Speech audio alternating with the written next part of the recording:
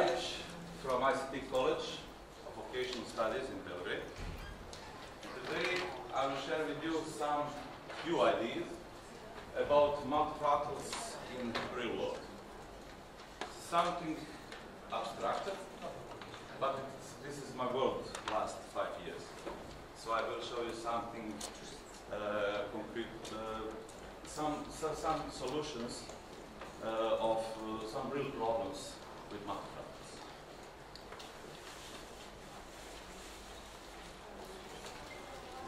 First, what are fractals?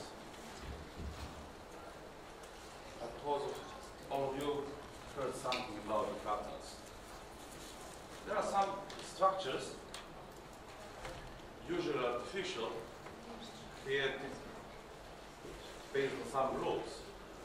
But fractals can be something very random and very specific in the nature. So, the nature is full of fractals. And some researchers, like Bernard van der Graaf, find a way, just introduce the concept, how to describe that kind of structures. So, these structures can be defined or described with different metrics, like fractal dimensionality. And with these values, arithmetic, we can compare different fractal structures. So, I will show you a few examples of fractals. This one is artificial, counter set, and this one is made by removing a part of structure. So, from one line, we removed one part of line, the third part. So, in next scale, we removed another one. And in first step, we have only one line, dimensionality 1, topological 1. But dimensionality of fractals on the last line, it's only dot. It's something different, but became from the line. That's not artificial. The next one is a one-cut curve. It's very interesting because from one line we introduce more lines and create some figure. And in each step we have more and more little elements from start. That's a fractal. And this process can go in infinity.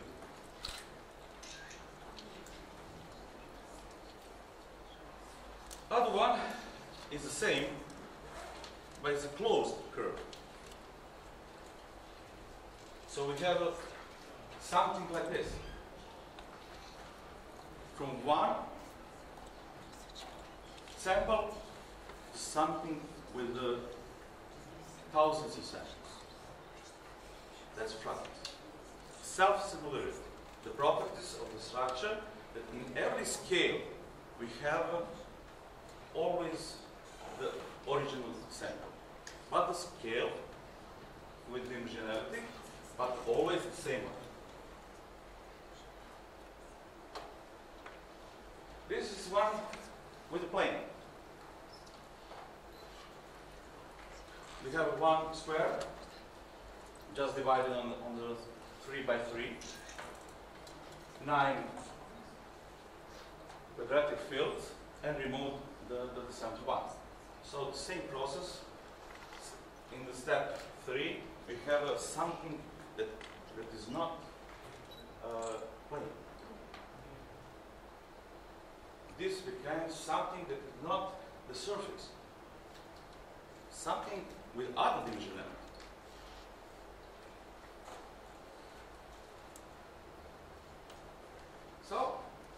fractal dimensionality can be derived in different ways. First one is the self-similarity. This measurement describes the similarity of samples in every scale. So the ds says the number of copies and ratio with scaling ratio. And that's the number which describes the self-similarity of structure. Second one is a measured dimension. And this one describes the curve all around the structure. Why? Because you see these images on previous slides, that every structure has a very specific curve around it. So that this one, with different scale, can describe the whole structure with one number. And there is some connections. It's some deal with mathematics, but just the connection between the self-similarity dimension and measured dimension. The third one is very interesting because this one will be the object of my investigation in next few slides. Box counting dimension is measurement of fractals which describe the way how the structure fulfills the pattern. And in this measurement, we counting the boxes with some dots of structure and with scale or dimension of box. And this ratio gives us some number or some arithmetic value that describe this on this way the fractal structure. You can see this one and the numbers. So the dimensionality of a fractal structure is not the integer number, not 1, not 2, not 3. It's always between 0 and 1, 1 and 2, and 2 and 3. Why? Because we don't have the whole structure. Not line, not plane, not wall. Nothing. Just something that can be in our eyes like a surface or like a line.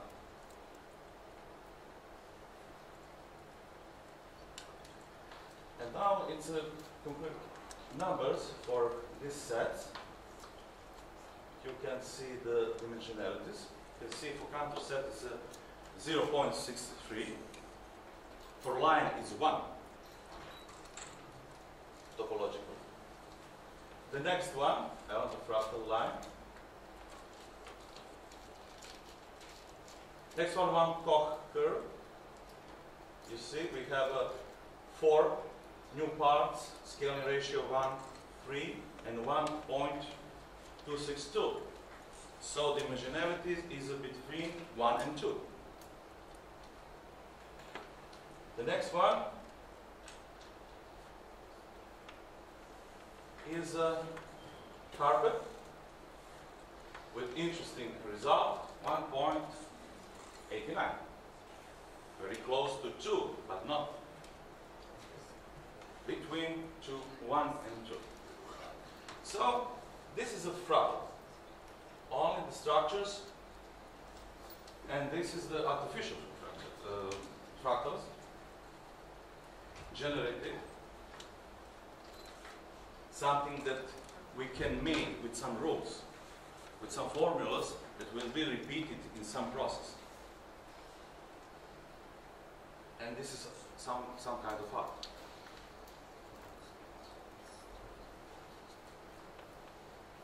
And this is something like nature fractals that we can see in the nature.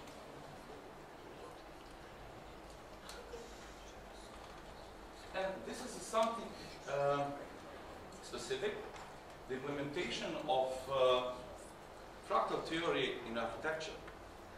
Why? Because the design of some structures, buildings, have some details. And these details created fractal structure. So every building we can describe with some value, with fractal dimension. And on this base, we can compare some buildings, some ways of designs, some ideas, and so on.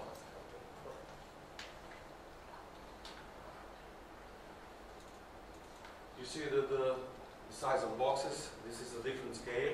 So in different scale, you have a different number of dots in that boxes. So the fractal dimensionality is changed in every scale. Okay. Now multifractals. The fractals, we have one fractal dimensionality. Multifractals, we have many. So how we can manage with all fractals, which may be in some signal. So I will show you just the basic theory about the multifractals, and after that I will show you three implementations. Multifractals cannot be described with one measurement, with one value. So the whole mathematical formalism is based on spectrum. Just something like histogram. The distribution of values on different fractal dimensionalities. So I will do this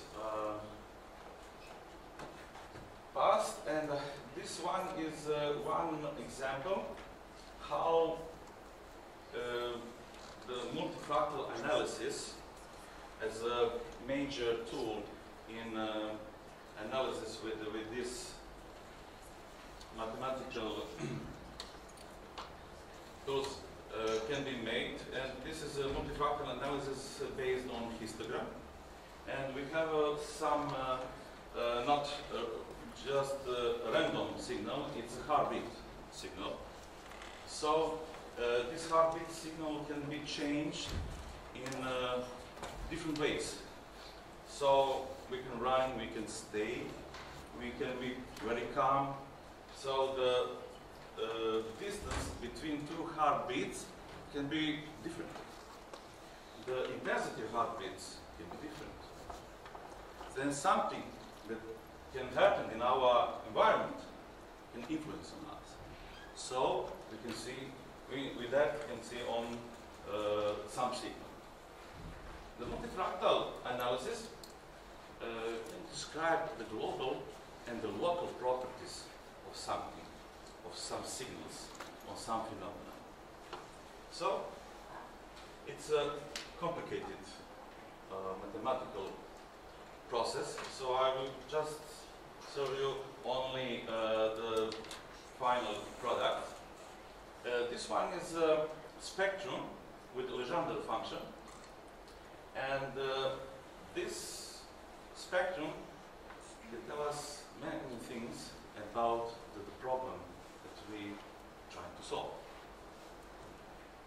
This one is synthetic, and just a presentation of some parameters in this multifractal analysis that we can see the only the central maximum is DO, or D0, and that is the central fractal value. And other fractal values are on the curve, on this spectrum. So this problem is described with many fractal values. Every change in this signal can be seen on this fractal spectrum. So, first example, it's classification between two different heartbeat signals.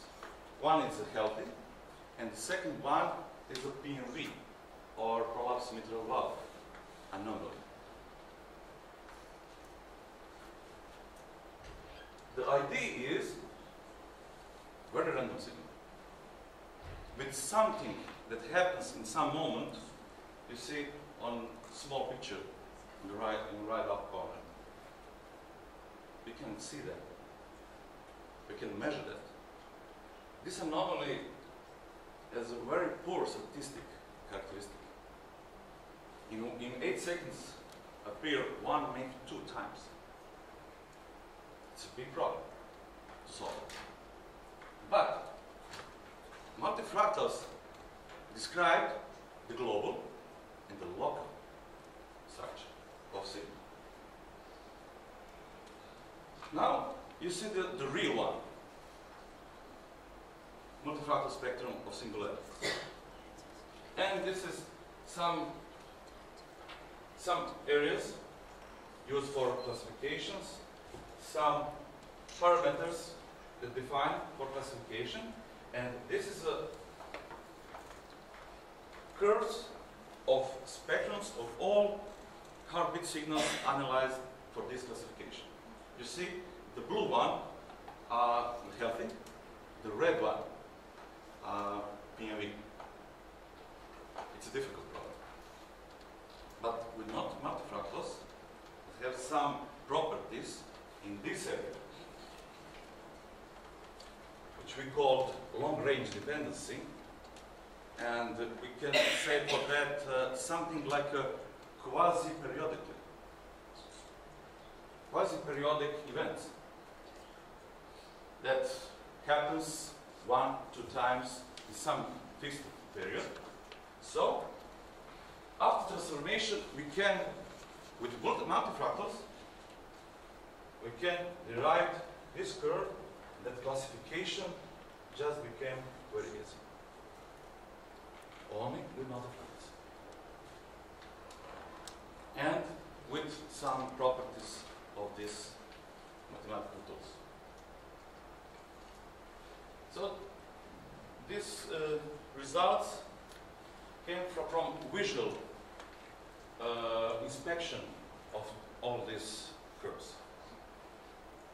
And after that, some anomalies and some rules that appear in these signals was recognized, and after that we create the transformation to solve this type of problem.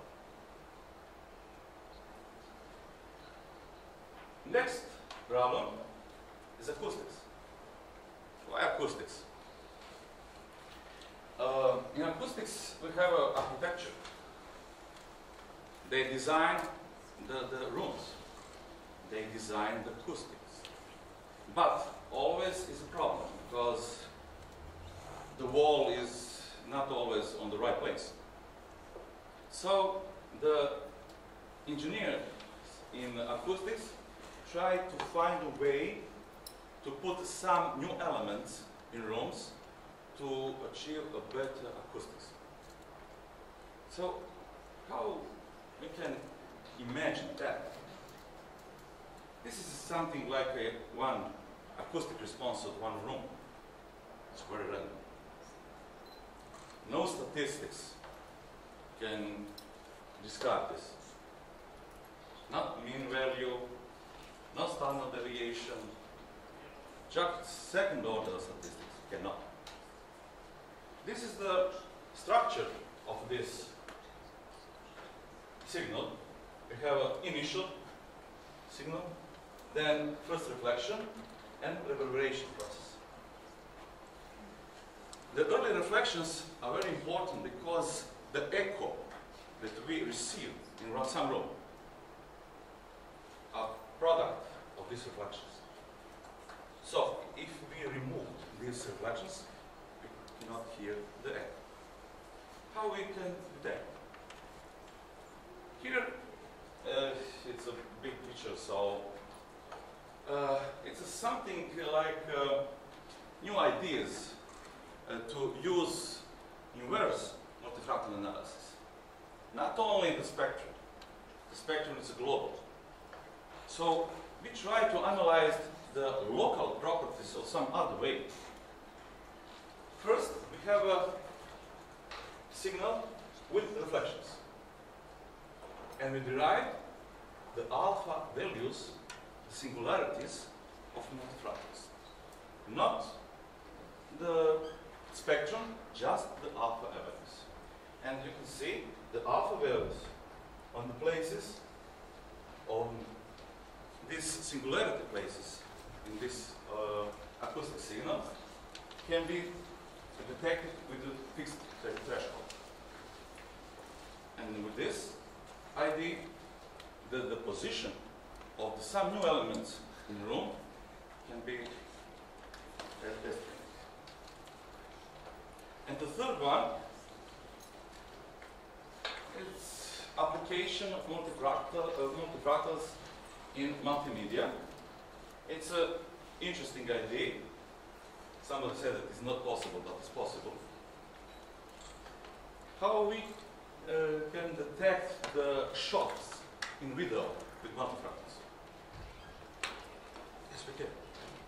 Why? The shots are extensive change of colors, of movements, of texture, of some other features on image, and on that place where there's a change of shots, some singularities can appear. Now on this, it's too low. On this picture, two pictures, we have one timeline just for one component of features, some frames in video. What are features? The colors, the texture feature, the shape feature, the arrays that describe the frames, the images in video. So you can see that this, on this timeline, that very extensive is a change of content, color or texture. So on that place is a change of shot. After application of multifractal analysis, it's much more detectable.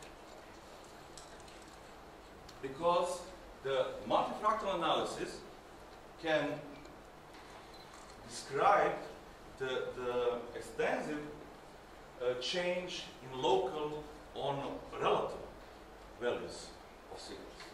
So if small value or it's a large value, it's the same. It will be detected. It will be described.